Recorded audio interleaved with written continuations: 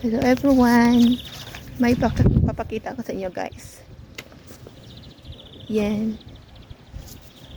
Ang ganda 'di ba? Yan ang pagkaganda. Hello. Yan, maganda siya guys. May damit pa siya kasi kakatapos lang ng winter, so kahit spring na ay malamig pa rin, at kahit maaraw malamig pa rin guys. Kaya yan, may damit pa si Horsey. Ang ganda niya guys, tingnan nyo, may bangs, diba? Sana all may bangs. Ang ganda ng bangs ni Horsey guys, wala kayo dyan. Yan oh, ang laki niya guys. Ay, malaki naman talaga yung mga ano nila dito, Horsey. Yan.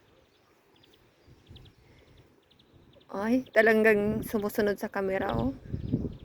Camera friendly. At yung isa naman ay busy sa kakakain. At yung iba doon, may sariling mundo. Hindi sila pumunta dito. Yung isa lang ang walang damit guys. Tsaka yung bahay nila doon.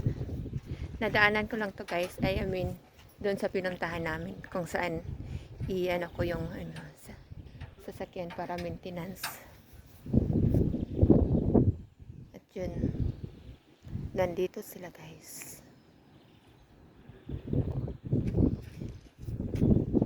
Busy. Pero ang ganda ng kulay nila. Tsaka may bangs. Naghintay pa kasi ako guys. Yung asawa ko ay hindi pa lumabas. Andun pa sa ano kasi namin yung isang sasakyan guys para maintenance, yung regular na maintenance. Tsaka pag hindi ko siya susundan, wala siyang sasakyan pa uwi. Medyo malayo naman pag lalakarin at malamig. Kaya sinundan namin siya. Sinundan namin ni Leslie. At yun, nakita namin si Horsey. Ayan. Yan lang po guys, para lang may ano, pang content for today. Matagal na ako hindi ako nag-upload ng long form video regularly. Dahil sa ano, yung update, parang nakakawalang gana. Pero mag-upload pa rin ako minsan para hindi mawala yung tools, kasi sayang naman, pinaghirapan ko yun. Yan lang po guys. Thank you so much for watching. Bye bye.